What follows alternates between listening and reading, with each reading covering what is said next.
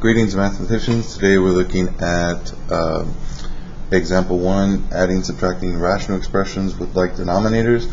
A, B, and C each have common denominators. A, the common denominator is 8, B, 2x minus 1, and C, x minus 4.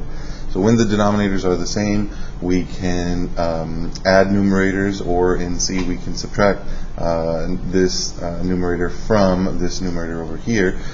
So let's go through these quickly. If we follow the basic rules of adding, subtracting rational expressions, then what we get for A is basically just following the rules. It would be 1 plus 3 in the numerator divided by 8, and which of course is 4 over 8, and that simplifies to 1 over 2. So that would be your final answer for A, basically following the rules of adding, subtracting fractions. For B, now we're looking at algebra, it would be in the numerator 5x plus 3 divided by the denominator 2x minus 1. Neither the numerator nor the denominator can be factored further, so that is the final answer for example 1b. And for C, we have x squared minus x plus 12, and whenever you're subtracting a numerator, I'm always going to recommend that you subtract the numerator and put the numerator in the second fraction in parentheses. So in other words, it will be x squared minus parentheses x plus 12 in parentheses divided by our common denominator, x minus 4.